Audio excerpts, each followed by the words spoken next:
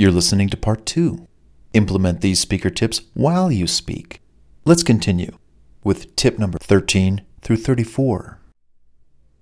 Number 13. Before you start your speech, or sometime during your presentation, allow people to stand up and stretch a bit. Maybe they've been sitting there for a long time and need to move about, to avoid falling asleep.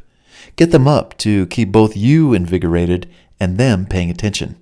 And this is true, like let's say you're third on the docket, the third presenter, or maybe there's been a lot of speeches before yours.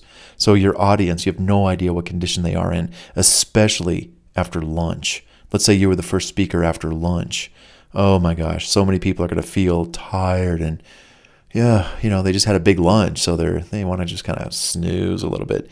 Get them to stand up and run in place for a bit. Hey guys, we just came back from lunch, just to make sure you don't fall asleep on my speech, because I know I'm exciting to listen to. Everybody just stand up and just kind of shake your arms out and, do the twist and just kind of, yeah, we got to do that because otherwise you know what's going to happen. All right, yeah. Number 14, walk around the stage, walk towards and into the audience, become one with them. Just don't stand behind the podium. I know you've heard that before. Move around, but don't pace. Don't go back and forth and back and forth. Oh, I've seen speakers do that. It's like a pendulum, like a clock thing too, just going back and forth and tennis match. And this is so boring. Move around in odd patterns on the stage. People like that. It helps them stay alert and listening by keeping their heads and eyes moving as you move about, but not in that repetitious mode, left to right, left to right. Oh, I'm ready to fall asleep.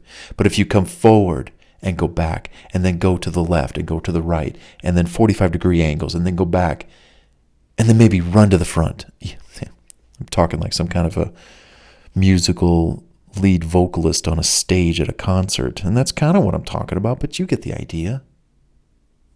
Number 15, watch out for distracting mannerisms. Again, such as robotic pacing, turning your back to the audience too much, using and waving your hands too much, adjusting your hair or your clothing too much, holding on to the lectern too long, fidgeting with props, pointer or a pen, touching your face too often, licking your lips, placing your arms behind your back for too long while you walk too, putting your hands in your pockets for too long. Don't fiddle with things in your pockets like keys. Empty your pockets when you go on stage, or bob your head too much, back and forth, whatever. If you can, video record your presentations. Watch them to see if you do anything that you find annoying, and then stop it. Number 16, watch your ums, wells, and uhs. Seriously. Instead of those words, just pause for a second while you gather your next talking point. Bite your tongue so you don't say those words and proceed to the next part of your speech. Think, pause, speak, pause, repeat. That's how it goes. Number 17, lean into your audience. Lean into them. Just don't stand there or slouch or lean back. Lean forward from time to time as if you're going to crowd surf or jump out into the audience. Like a rock star, like a lead singer does. He jumps out into that audience and they carry him throughout. Just lean forward like that. In fact, I'll give you this cool example. I was with a friend of mine and she and I were going to go work out. And I said, let's go do sprints. And I said to her, do you know that sprinting is going to help you become a better speaker? She said, what? Sprinting? Going to help me become a better speaker? And she was already a good speaker. But I said, yeah, it's going to make you a better speaker. She goes, okay. How's that going to happen? All right. I want you to stand on this line and I want you to lean forward. And when I say on your mark, get set, I want you to take off running. So she said, okay. And we did this for like 10 minutes, 15, 20 sprints. And these are like 20 yards. And we stood there on the line, and she leaned forward, and she was really excited. She was anticipating the next word, on your mark, get set, go. And then when that go was sounded, she sprinted, she dashed out of her stance and ran that 20 yards or so. Well, after that was over, 10 minutes later, it's not long to do sprints. After that was over, I said, let me ask you a question. If you were on stage and you stood like that, the on your mark, get set, go stance, standing there, leaning forward, ready to pounce, how would that make you feel as a speaker? And how do you think the audience would feel your presence, wanting to connect with them? She said, oh my word, I get it. And it's a physical trait. It's not something you would say or speak per se. It's a physical status of your body. A lot of speakers stand there, they walk back and forth. No, you're going to walk up to the edge of that stage as if you're going to sprint forward, lean into your audience. And the audience is going to sense your excitement to want to get to them and touch them and crowd surf them and become one with them. That's exciting. And that makes a great speaker a greater speaker beyond what they say, but just how they present themselves and the impact they have on their audience psychologically. At least that's what I think. What do you think? Comment in the section below. I want to hear. Number 18. Come up with exercises the audience can participate in to better learn what it is you're speaking to them about. This is great, audience participation. Hey, I'm going to hand out a little half sheet paper. It's got some questions on it. I just want y'all to fill it out and just get your mind working, do this little exercise, and then I'll just randomly ask a couple people to stand up and give me their results. All right, great. Okay, all right. I'll give you a few minutes to fill out the questionnaire. Something like that. Exercises. All right, everybody stand up and do this particular thing with your body and do this and blah, blah, blah. Number 19. Avoid data dumping and fire hosing your audience to death with too much information during your presentation.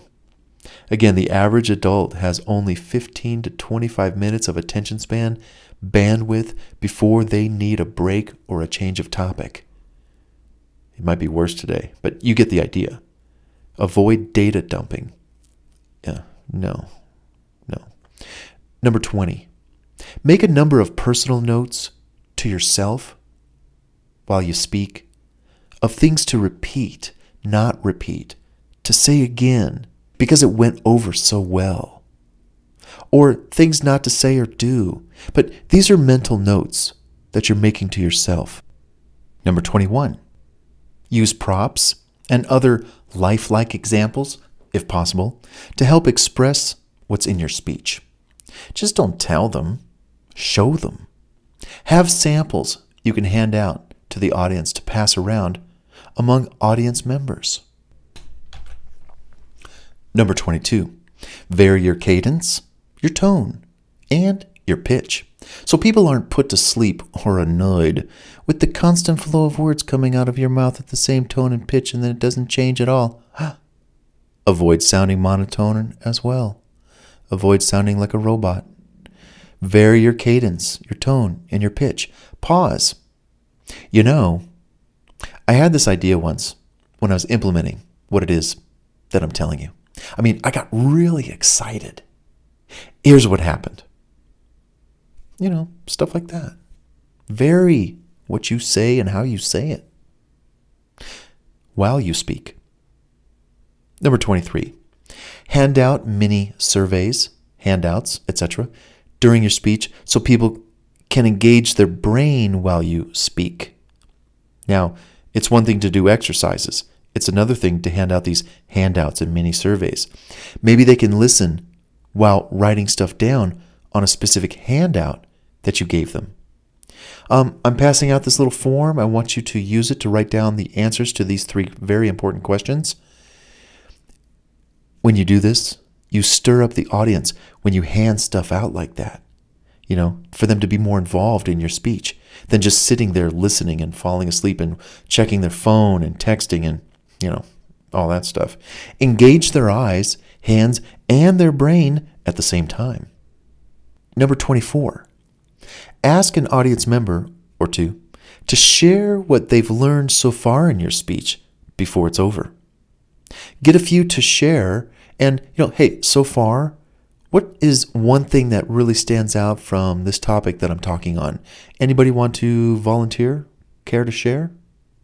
This reinforces the value your speech has on people in the audience. Wow, someone might say. I'm not the only one getting something out of this speech that I'm hearing today. Don't give your speech and not find out what people thought about it.